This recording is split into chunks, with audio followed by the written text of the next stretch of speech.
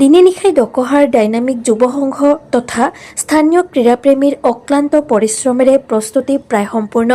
Dynamic যুৱ সংঘৰ সৌজন্যত অহা ২৬, ২৭ আৰু ২৮ ডিচেম্বৰত অনুষ্ঠিত কৰা হ'ব দিবানৈশ টেনিছ বল ক্ৰিকেট খেল প্ৰতিযোগিতা। নলবাৰী জিলাৰ বৰভাগ ৰাজচক্ৰৰ অন্তৰ্গত ডকহা ডাইনামিক যুৱ সংঘৰ সৌজন্যত অহা ২৬, ২৭ আৰু ২৮ ডিচেম্বৰত তিনিদিনীয়া বৰ্ণাঢ্য কাৰ্যসূচীৰে ডকহা থেথা গোসাঁইথানস্থিত ক্ৰীড়া প্ৰকল্পত তৃতীয় বাৰ্ষিক দিবানৈশ টেনিছ বল ক্ৰিকেট খেল প্ৰতিযোগিতাৰ ব্যাপক আয়োজন কৰা হৈছে। ডাইনামিক যুৱ সংঘৰ সভাপতি তথা বিশিষ্ট ক্ৰীড়া সংগঠক ৰূপেন দাসৰ তত্বাৱধানত দিবানৈশ টেনিছ বল ক্ৰিকেট খেল প্ৰতিযোগিতাৰ সংঘৰ কাৰ্যকৰ্তা আৰু স্থানীয় ক্ৰীড়াপ্ৰেমী লোকে দিনে নিশাই অক্লান্ত পৰিশ্ৰম কৰি প্ৰস্তুতি প্ৰায় সম্পূৰ্ণ কৰা পৰিলক্ষিত হৈছে। তিনিদিনীয়া বৰ্ণাঢ্য কাৰ্যসূচীৰে আয়োজন কৰা তৃতীয় বাৰ্ষিক দিবানৈশ টেনিছ বল ক্ৰিকেট খেল প্ৰতিযোগিতাৰ প্ৰথম পুৰস্কাৰ ট্ৰফিসহ নগদ ২ লাখ টকা, দ্বিতীয় পুৰস্কাৰ ট্ৰফিসহ নগদ ১ লাখ টকা, খেলৰ শ্ৰেষ্ঠ খেলুৱৈক ট্ৰফিসহ ৩০,০০০ আৰু ফাইনেল খেলৰ শ্ৰেষ্ঠ খেলুৱৈক ট্ৰফিসহ ১০,০০০ৰ লগতে প্ৰতিখনত খেলৰ শ্ৰেষ্ঠ খেলুৱৈক ট্ৰফিসহ নগদ ১,০০০ টকাকৈ প্ৰদান কৰা হ'ব। উল্লেখযোগ্য যে বৰ্তমানলৈকে ২৮টা দলে যোগদান কৰাৰ লগতে ফাইনেল খেলত জনপ্ৰিয় কণ্ঠশিল্পীসকলৰ লগতে সুকণ্ঠী গায়িকা দীপান্বিতা ডেকাই সংগীতানুষ্ঠান পৰিৱেশন কৰিব। উল্লেখযোগ্য যে ক্ৰীড়াৰ ক্ষেত্ৰত বৰভাগৰ ল'ৰা ছোৱালীক আগবঢ়াই নিয়াৰ উদ্দেশ্য আগত ৰাখি অতি কম দিনৰ ভিতৰত ডাইনামিক সংঘৰ উদ্যোগত নৱপ্ৰজন্মৰ ল'ৰা ছোৱালীসকলক বিনামূলীয়াকৈ অভিজ্ঞ প্ৰশিক্ষকৰ দ্বাৰা প্ৰশিক্ষণ প্ৰদান কৰা হ'ব বুলি বিশিষ্ট ক্ৰীড়া সংগঠক তথা ডাইনামিক যুৱ সংঘৰ সভাপতি ৰূপেন দাসে জানিবলৈ দিয়ে। আমি ইয়াতে জড়িত হৈ আছো মানুহবিলাক।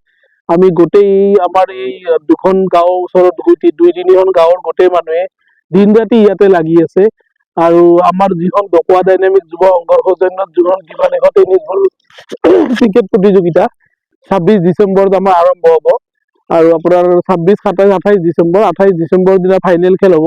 আৰু ফাইনেল খেলৰ লগত সংগতি ৰাখি আমি সাংস্কৃতিক অনুষ্ঠানৰ আয়োজন কৰিছো।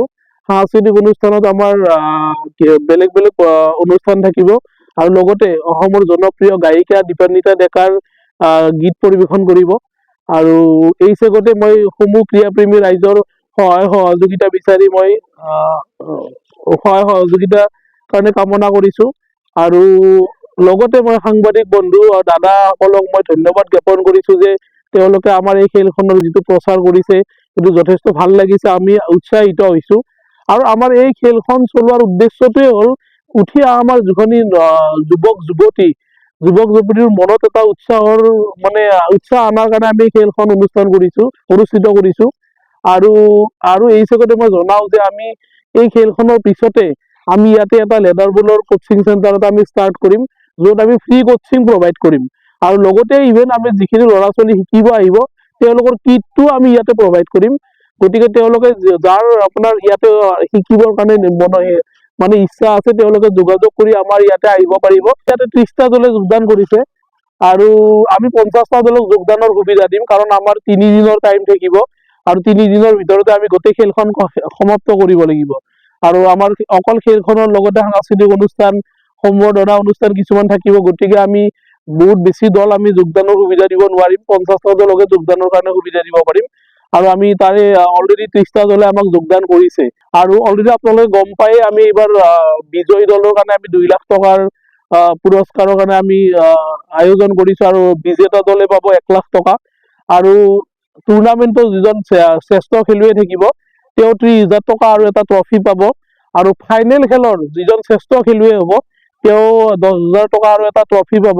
আৰু আমাৰ প্ৰতিখন খেলতে শ্ৰেষ্ঠ খেলুৱৈৰ কাৰণে ১,০০০ টকা আৰু এটা ট্ৰফি প্ৰতিখন খেলতে আমি প্ৰভাইড কৰিম। এই ল'ৰাখিনি আমি আমাৰ উৎসাহৰ কাৰণে আমি আজি এইখিনিলৈকে আগবাঢ়ি আহিব পাৰিছো।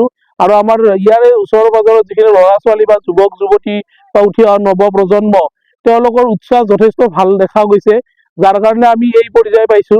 আৰু এই নৱপ্ৰজন্মক আমি আগবঢ়াবলৈ আমি আমাৰ সংঘৰ ফালৰ পৰা যথেষ্ট প্ৰচেষ্টা কৰি আছো আমি, আৰু আগলৈকেও কৰি থাকিম।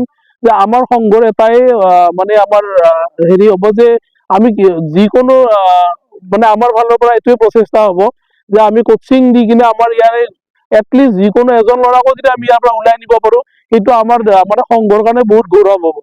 নিউজ ডেস্ক ৰিপোৰ্ট বাৰ্তা A to Z।